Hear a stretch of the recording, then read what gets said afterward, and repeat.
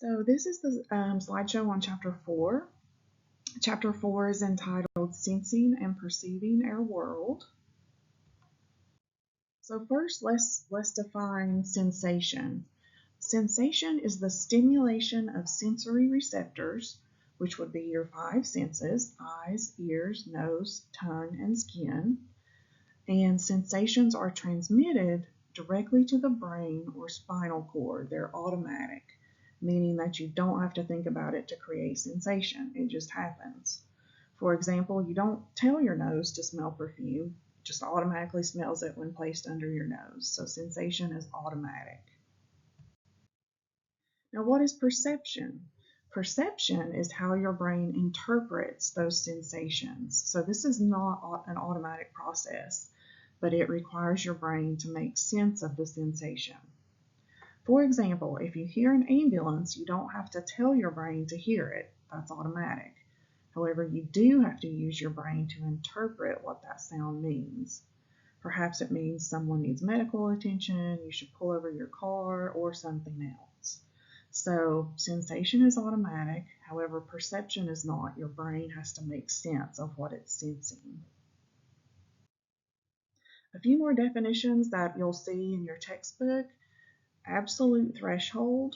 It asks the question, what is the weakest level of a stimulus that will produce a sensation? For example, how bright does the light have to be before the human eye can sense it? The difference threshold, on the other hand, asks, how different do two stimuli have to be in order to tell them apart? For example, if you're looking at two lights, how much brighter does one of them have to get before you're able to identify that one is brighter? Another definition, or something you'll see in your book, is called the signal detection theory. It says that a person's response to a sensation is not only determined by the nature of the stimulus, but also by their own learning, motivation, and psychological state.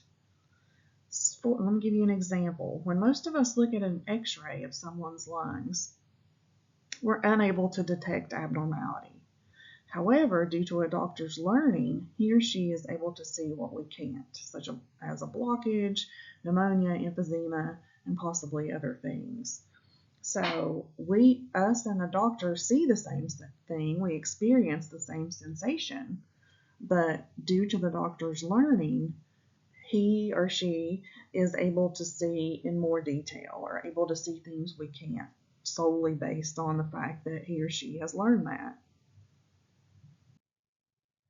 Let's look at vision as one of the senses.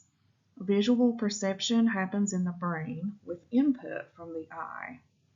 The optic nerve, which you can see in the diagram, transmits signals from the eye to the brain.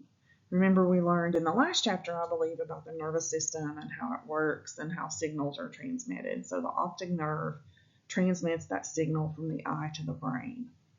Each optic nerve in each eye, as you can see again in the diagram, has 2 strands. One of the strands goes to the eye on the same side, and the other crosses over to the other eye. This is referred to as optic chiasm. So check out the diagram. You can see kind of how it works with how we see things and experience that sensation. So how does the brain perceive color? Interestingly enough, mammals are what's called trichromatic, which means we perceive only 3 colors: red, green, and blue. And every other color we see is a different combination of these 3. How does the brain perceive motion? How do we know something's moving? Well, the background against which an object moves can tell us. For example, if the background is still and not changing, and what you see in front is not still, you can tell that because the object in front is moving. Objects with a more complicated background appear to move faster.